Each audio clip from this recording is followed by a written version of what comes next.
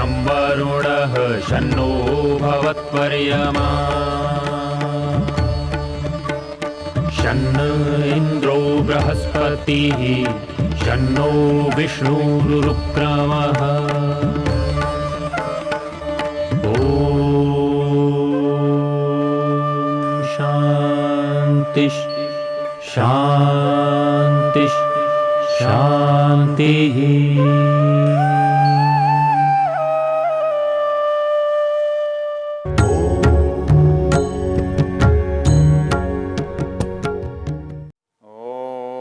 परं मृत्यो अनुपरेहि पंथां यस्ते स्व इतरो देवयानात् चक्षुष्मते शृण्वते ते ब्रवीमि मानः प्रजां रीरिषो मोतवीरान् शांति शांति शांति।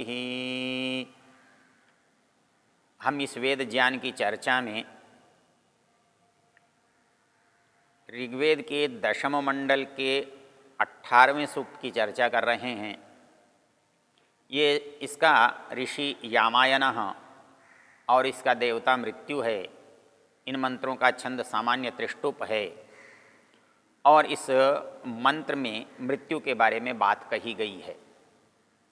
मृत्यु से कहा गया है कि हे मृत्यु, परम पंथाम परे ही, तुम दूसरे रास्ते जाओ जो देवयान से अलग है और हमारी प्रजाओं को, हमारे वीरों को, हमारे परिवारों को, हमारे अपनों को तुम छोड़ दो, दूसरे रास्ते को स्वीकार करो। ये जो मृत्यु है उसके बारे में हमने देखा था, मृत्यु सबकी समान रूप से ही होती है, अंतर उसके पात्रों पर होता है, मृत्यु को स्वीकार करने वाले लोगों पर होता है। और उस स्थिति में उसके साथ किए जाने व्यवहार के बारे में हम बात कर रहे थे और हम बात कर रहे थे कि आत्मा जो नित्य है वो चला गया तो इस शरीर के साथ हमें क्या करना चाहिए। तो वेद कहता है भस्मांतम शरीरम, किसी भी चीज़ को जो आपके अनुकूल नहीं है, आपके दुख देने वाली है, रोग फैलाने वाली है, तो उसका एक ही उपाय, उसे नष्ट कर दिया जाए। संसार में हर परिवर्तन नाश का ही पर्याय है और वो स्वतः होता भी रहता है, किंतु प्राकृतिक नियमों से होने वाला परिवर्तन हमारे लिए सदा लाभदायक हो या आवश्यक नहीं है। तो ऐसी स्थिति में उस परिवर्तन को लाभदायक बनाने के लिए हमें एक दूसरी प्रक्रिया अपनानी पड़ती है उसके परिवर्तन की। तो भस्मांतम शरीरम, हमने देखा था कि इस शरीर को हमारे ऋषियों ने यज्ञ कहा था अंत्येष्टि के रूप में, संस्कार कहा था अंतिम संस्कार के रूप में। ये इष्टि है, यज्ञ है, पितृमेध है आदि शब्दों से एक सामान्य कार्य की हमने बड़ी महत्ता बना दी, बढ़ा दी। हम इसको ऐसे करें कि इसके जो दोष है वो तो दूर हो जाए और इसका जो उत्कर्ष है वो सबको प्राप्त हो जाए। तो इसके लिए हमारे ऋषियों ने अंत्येष्टि में घी सामग्री आदि का विधान किया। इसको समझने के लिए एक छोटा सा प्रकरण आपको देखना होगा। ऋषि दयानंद ने इस जीवन के सुधार और निर्माण के लिए एक ग्रंथ की रचना की, उसका नाम संस्कार विधि है। अर्थात कब कब किन किन अवसरों पर इस शरीर के परिवर्तन को हम स्वीकार करते हैं और उनको श्रेष्ठ बनाने का यत्न करते हैं, वो हमारे संस्कार हैं, वो अवसर हैं जब जब इस शरीर को हम सुधार की ओर ले जा सकते हैं। तो वो गर्भ से लेकर मृत्यु तक हम उन संस्कारों के द्वारा जीते हैं और हम ये प्रयत्न करते हैं कि हमसे कुछ भी अनिष्ट करने वाला ना हो, बुरा ना हो, दुख देने वाला ना हो। तो अंतिम संस्कार के रूप में इस शरीर से भी कुछ बुरा ना हो, इसके लिए भी हमारे इस प्रक्रिया को यज्ञ के रूप में बदल दिया। यज्ञ में घी चाहिए, कितनी मात्रा में, यज्ञ के साथ घी का विधान है और ये भी विधान है कि आप कितना बड़ा यज्ञ करने जा रहे हैं तो घी की मात्रा क्या होगी। सामान्य रूप से जब हम लगते हैं तो भाई चम्मच हमारी 6 माशे की होनी चाहिए, 16 आहुति होनी चाहिए, आदि आदि विधान हमारे यहाँ मिलते हैं। बड़े यज्ञ में कितने होनी चाहिए, कितनी आहुतियाँ होनी चाहिए, कैसा कुंड होना चाहिए, बहुत विस्तार से मिलता है। तो वैसे ही जब हम इस अंतिम यज्ञ को करने जा रहे हैं, तो इस अंतिम यज्ञ को करते हुए हमारा क्या होना चाहिए? तो ऋषि दयानंद अंत्येष्टि संस्कार में और सब बातों के साथ एक बात लिखते हैं कि जो व्यक्ति मरा है, वैसे तो उसके शरीर के वजन के बराबर घी होना चाहिए, अधिक हो तो अच्छा है, और कम होने की परिस्थिति भी उन्होंने लिखी है। यदि कोई बहुत ही अनाथ हो, दीन हो, भिक्षुक हो, अर्थात जिसके कोई उत्तराधिकारी ना हो, जिसका कोई जिम्मेदार ना हो, ऐसा भी यदि कोई व्यक्ति मर जाए तो ऋषि दयानंद लिखते हैं या तो राज्य की व्यवस्था हो या समाज या पंचायत की व्यवस्था हो, लोग मिलकर कम से कम 20 सेर घी तो अवश्य डालें। अर्थात 20 सेर से कम घी जो व्यक्ति डालता है वो अनाथ है, वो भिक्षुक है, वो दरिद्र है। अब आप कल्पना कीजिए कि आजकल की परिस्थिति में इसको कैसे बनाएंगे, सभी अनाथ और भिक्षुक कोटि में आ जाएंगे। तो वो कहते हैं कि ऐसा होने से शरीर से उत्पन्न होने वाला जो दुर्गंध है जलने के कारण से, वो निश्चित रूप से घी के अणुओं के द्वारा जो शव के विषाणु हैं, रोग के विषाणु हैं, वो नष्ट हो जाएंगे।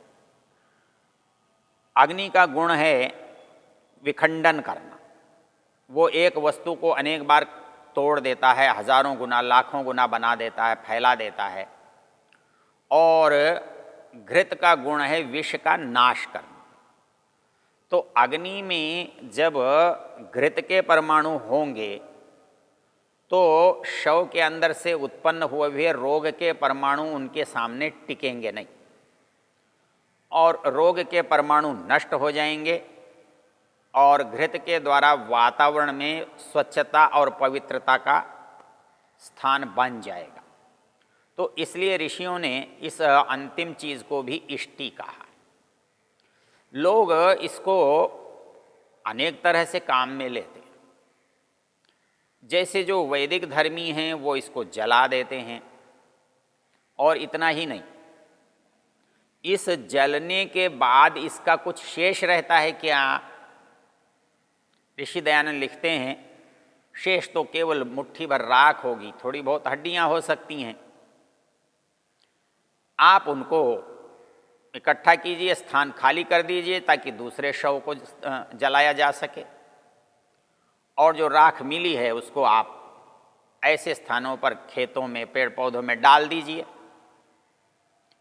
जो लोग इसको दूर दूर ले जाकर प्रवाहित करना चाहते हैं और वो समझते हैं कि वहाँ डालने से मुक्ति मिलेगी, ये तो ऐसा हुआ जैसे मैं यात्रा पर निकले और कोई मेरा सामान उठा के कहीं डाल दे और वो ये समझे कि मैं उस सामान के अनुसार चलूँगा।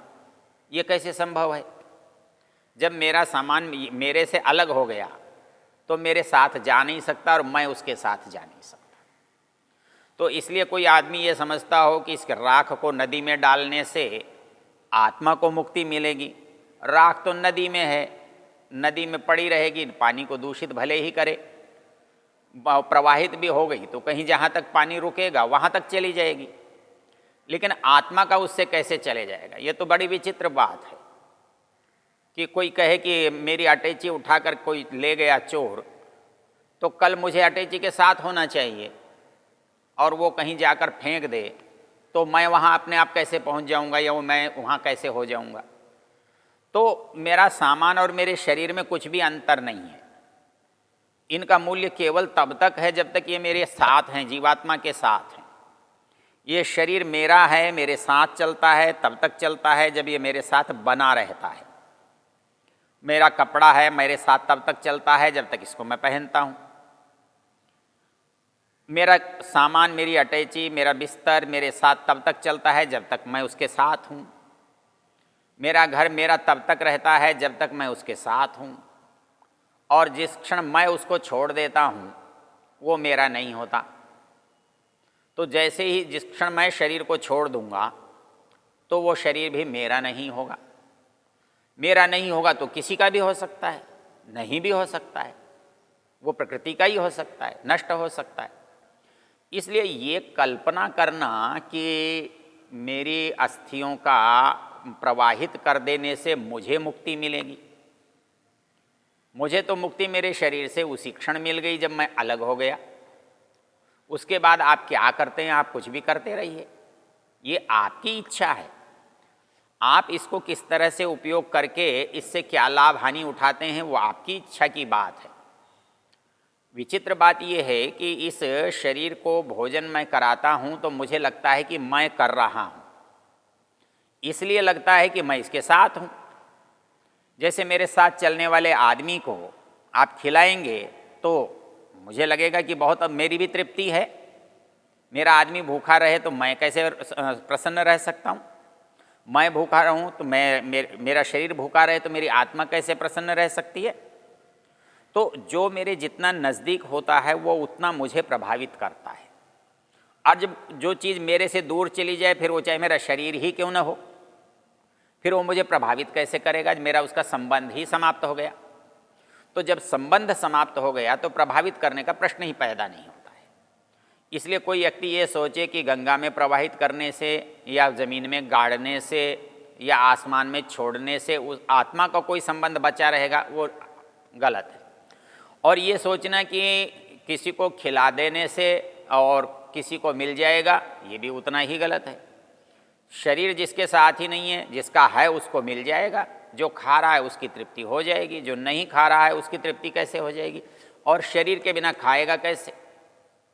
यहाँ तो आप थैले में ले जा रहे हैं और अगले के पास थैला है ही नहीं, तो दोगे कैसे, रखेगा कैसे।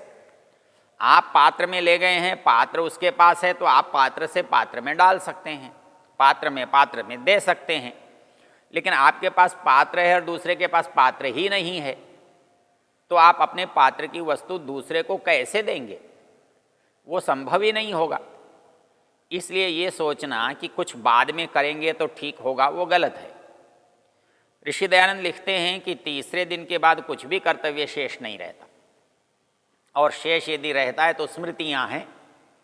उन स्मृतियों को आप जीवित रखना चाहते हैं, अच्छी स्मृतियां हैं तो उनकी अनुपालना कीजिए। आप उनकी स्मृति को जागृत रखना चाहते हैं तो परोपकार कीजिए, धर्म कीजिए, पुण्य कीजिए। वो आपको शिक्षा के प्रचार प्रसार के रूप में, ज्ञान के प्रचार प्रसार के रूप में, शरीर की आवश्यकताओं के बांटने के रूप में आप वस्त्र दें, अन्न दें, धन दें, वो आपकी इच्छा है, वो परोपकार के लिए है, वो आपकी संतुष्टि के लिए है, वो आपके कर्तव्य के रूप में है। उसका जाने वाले के साथ कोई संबंध नहीं बनता। तो इस दृष्टि से शास्त्र एक बात कह रहा है, भस्मांतम शरीरम। इस शरीर को यदि आप भस्म करने की जगह खुला छोड़ देते हैं तो दुर्गंध का कारण है। हम परोपकार की बात करते हैं, एक सज्जन कहने लगे जी मैं तो नीचे गाड़ करके उसके ऊपर एक पेड़ लगा देता हूँ। अब लगा सकते हैं, लेकिन इसकी खाद अच्छी होगी क्या। यहाँ जो जमीन में वातावरण कुछ न कुछ तो बिगड़ गया और कालांतर में उसका प्रभाव शरीर पर पड़ेगा। हमारे घरों की ज़मीन में भी यदि हमने अच्छी सफाई न की हो तो संक्रमण फैलता है। विज्ञान स्वीकार करता है कि यदि हम कचरे के ढेर पर अपना मकान बनाते हैं तो उसके अंदर विषैली गैसें भी पैदा होती हैं, उसके संक्रमण भी पैदा होते हैं। इसलिए विदेशों में जब तक भवन बनाया जाता है तो स्थान को शुद्ध करके, अच्छा करके, उसकी चिकित्सा करके फिर उस पर बनाया जाता है। तो ये जो धारणा है कि हम किसी मुर्दे को नीचे गाड़ देंगे और उसके ऊपर पेड़ लगा देंगे तो वो पेड़ को खाद तो निश्चित रूप से मिल जाएगा और वो पेड़ बढ़ भी जाएगा, लेकिन उसके अंदर पवित्रता के गुण होंगे क्या। तो इस दृष्टि से ये स्वीकार्य नहीं हो सकता। जो लोग बाहर शव को छोड़ देने में विश्वास करते हैं उनका भी इसलिए अनुचित है कि वो वातावरण को दुर्गंधित अधिक करता है। और जो तीसरे लोग हैं वो जल में ही प्रवाहित कर देते हैं। वो कहते हैं कि साधुओं को जल में, साधुओं को तो इसलिए कर देते हैं, साधुओं का कोई होता नहीं, जहाँ मरा वहीं फेंक दिया, मछलियों ने खा लिया, चले गए। ये तो आसान तरीका अपनाया आपने। लेकिन जो होना चाहिए वो यही है कि उसकी अंत्येष्टि होनी चाहिए, क्योंकि शरीर तो चाहे साधु का हो, शरीर चाहे गृहस्थी का हो, शरीर चाहे किसी और का हो, शरीर तो शरीर है और इस शरीर का जो परिणाम है वो सबका साथ एक जैसा है। इस शरीर के सड़ने से, गलने से दुर्गंध तो निकलनी है, दुर्गंध पैदा होनी है। तो इस स्थिति में ये सोचना कि साधु के शरीर को तो जलाना नहीं चाहिए और गृहस्थी के शरीर को जलाना चाहिए, ये धारणा गलत है। शरीर का तो धर्म ही नष्ट होना है, तो जलना नष्ट होने की सबसे आसान और सबसे शीघ्रकारी प्रतिक्रिया है। तो इसलिए भस्मांतम शरीरम यही सर्वोत्तम है। और इसमें भी कैसा काष्ठ होना चाहिए, कितनी सामग्री होनी चाहिए, कितना घी होना चाहिए, कैसे वेद मंत्र बोलने चाहिए कि एक सामान्य बेकार का सा काम भी एक आदर्श बन जाए, एक यज्ञ बन जाए, एक परोपकार का काम बन जाए। तो ये ऋषि पद्धति है, ऋषि शैली है। तो हमने इस शरीर के साथ दो बातों को समझा। पहली बात ये समझा कि इसके अंदर से जो जीवन है वो जो निकल गया है वो वायु है, वो क्रियाशील है, अनिलम है, वो कभी भी नष्ट नहीं होता है, अमृतम है, सदा विद्यमान रहता है। इसलिए उसको कुछ करने का शेष नहीं है, उसकी व्यवस्था परमेश्वर की है।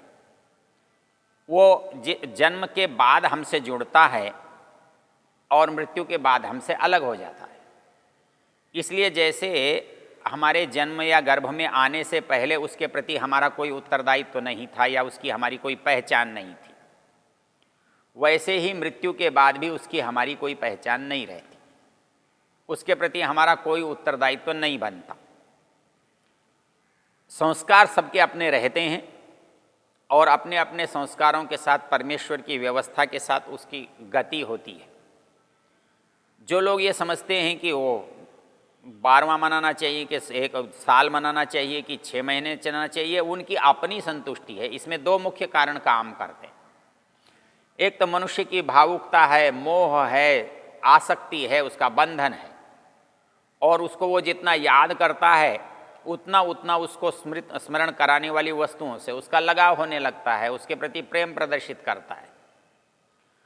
और दूसरे जो लोग होते हैं वो इस अवसर का लाभ उठाते हैं और इस अवसर का लाभ उठा करके उसका धन लूट लेते हैं और उसका धन लूट करके अपना स्वार्थ सिद्ध कर लेते हैं। तो ऐसी स्थिति में ये सोचना कि उसके लिए कुछ कर रहे हैं, ये नितांत अज्ञान है, मिथ्या है, और ये केवल एक स्वार्थपरता है, स्वार्थ सिद्धि के लिए किए गए उपाय हैं। तो इस दृष्टि से जब हम विचार करते हैं तो हमको ये बात बहुत स्पष्ट हो जाती है कि हमारे जन्म, हमारे जीवन और हमारे मृत्यु में हमारी भूमिका हमारे शरीर तक है। इसलिए कहा भस्मांतम शरीरम। ओ